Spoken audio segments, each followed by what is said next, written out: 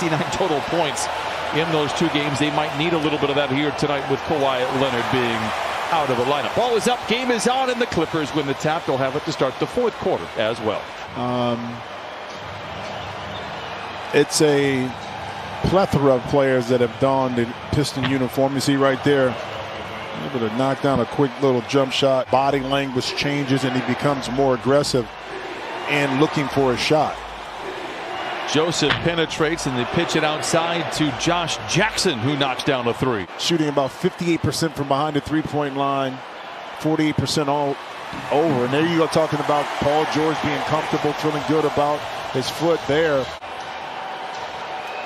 George swipes at the ball. Jackson recovers and tries to drive in off the window. That's 5 points for Jackson. He had 21 last night in their loss in Portland. An 8-4 start for the Pistons. They have alternated wins over their last 8 games and 4-4. As Jackson George knocks down the jumper. He's 2 for 2. Averaging about 14, almost 15 points a game.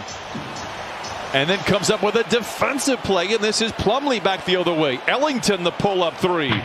Boy, and there you go. Casey put it perfectly before the game. Just said this is a perfect situation for him, and the health has been the biggest factor. Christina, thank you, as Ivica Zubac punches it home. Had to have the glasses on. He was great in Milwaukee without him, but he was Kareem with him. Joseph lays it in, and now he gets on the board. Jackson Jim is on pace to score 128 points tonight. You know what? That type of information is so valuable. Only you can come up with that. That's what makes you you. Plumlee gets his first basket. I'm a huge Plumlee fan. He's been great in Portland. He was great in Denver. As Reggie Jackson lays it up and in for his first points tonight. Would have to respond. That's called being a true professional. Morris backing down on his defender, fades, fires, and fills it up. Cuts the lead down to 6. No matter when the dial turns defensively, where they turn off the water, so to speak, of this Pistons offense. And there goes Morris again in the corner. Rondo back the other way. George hangs inside. A feathery touch for Paul George. He has 8. For rookie in three-point shots made. 38% on the year. Morris tries to retaliate and does. 28-24.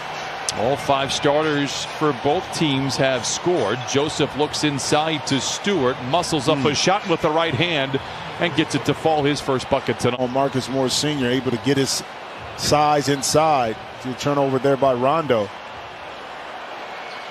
Bay, aggressive drive. Oh, and the C's part, and he rides the tide to the 10. It's an 8-point lead. One thing you got to be prepared for, kind of like we saw in Houston, the same thing, is that you play hard, you always give yourself a chance to win. And speaking of playing hard, it could have been close to an offensive foul that time by Paul George. Clippers will hold for one last shot, but they will trail going into the second quarter. 2 to shoot. Morris a contested 3. Bucket with 0.2 of a second to play in the quarter. He did hint at, look, I'm a guy in the playoffs that likes to change things up and not give a lot of people things that they can get ready for, as Jackson sheds his defender and thunders at it. Great ball movement. Batum for 3. Book it. Batum coming off a 17-point outing against the Rockets. That's his high. It's been fun to see. He has been, again, another one of those players that has really stepped up. Batum escapes and flushes it in for 2. Clippers down 4. Needs to get out of San Antonio, and now they both go to Brooklyn. It's like, well, I can't believe you got Blake Griffin and LeBron. What do you mean? the perception changed on those 2 players really quickly. 6 giveaways now for the Clippers, and quickly back the other way. The Pistons strike, and Josh Jackson soars in. 47-42. Pistons continue to play with confidence. So does Luke Kennard. Flings a 3. Bucket for Luke Kennard. He hasn't missed. He's 4 for 4. They trail by only 4. Give credit to the Pistons, who played last night in Portland. Give credit to Marcus Morris Sr., who now has 13. The 450. Josh Jackson now with 14. Are there 3 Jacksons on the floor as Ivica Zubac powers it in for the Clippers? Add me in the mix. Oh, like my 4 gosh, Jacksons. this is brutal. Really? Josh Jackson. Yeah, that's brutal. Again, able to waltz right down the lane. I know Ty Lue coaching staff can't be happy with the defensive effort right now by the Clippers. Meanwhile, Paul George muscles up on Isaiah Stewart.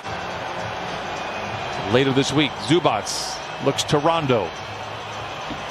Drives the lane and scoops to the hoop, his first bucket tonight. I'm from Toledo, Ohio, so I grew up around the area. So kudos to the Illich family. Morris knocks down another three. He has 16. One more in the penalty. Lob back to Zubats, and for the first time tonight, the Clippers take the lead. That one-hand pass right there caught Paul George. Right into the lap of Bay, and now back to Joseph, and he lays it in. He has 11 points and 5 assists in 13 first half minutes. It'll be interesting to see how this thing plays out for the Pistons. Bay. Good defense there by Senior, but a little overzealous at the end, and Bay knocks down the shot.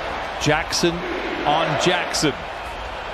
Ray's coming after the game. Back to Bay for three, and he continues to smolder his third. Clippers have to lock in defensively, get multiple stops, kind of take away the easy looks. Talked about the Pistons are getting better contested shot right there. This better offense that time by Jackson. I don't know if that counts as a screen assist for Zubats, but he did a lot of work on that play, creating the path for Morris, who has 18. Joseph the other way, count it and a foul. Paul George gets his defender in his pocket, plays catch with Reggie. The C's part, look out below, wheels up for Paul George. 79-72, George with 20.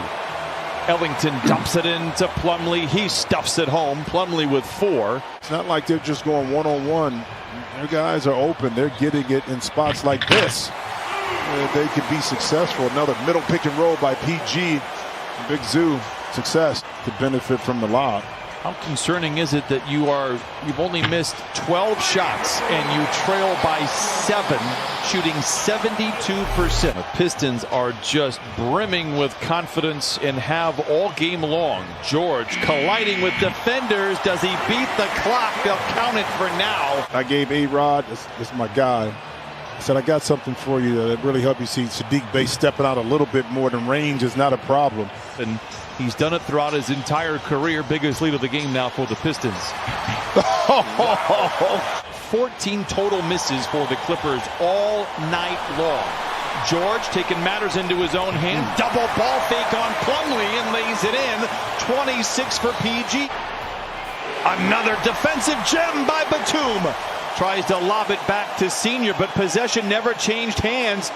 And the Pistons under duress, but Plumlee bails them out.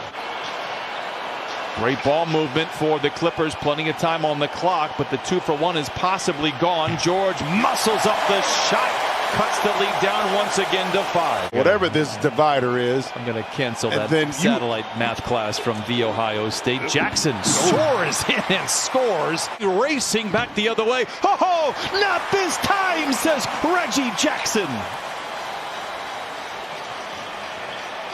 Man, got it! We are tied with 10 minutes to play. Seeing that a little bit with the Pistons right now, with the Clippers turning it up on the defensive end. Now, able to take the lead. They're not going to give up.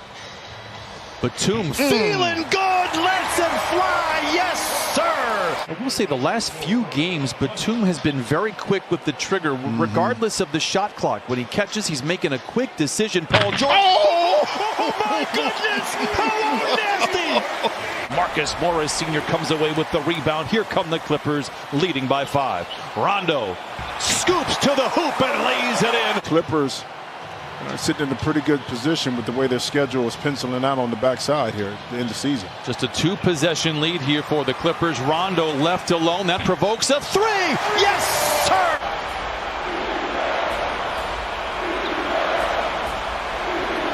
Joseph given space and knocks it down. Why not? Again, we'll say this is an easy team to get behind if you are in Detroit. Clippers had to beg, borrow, steal to get this one.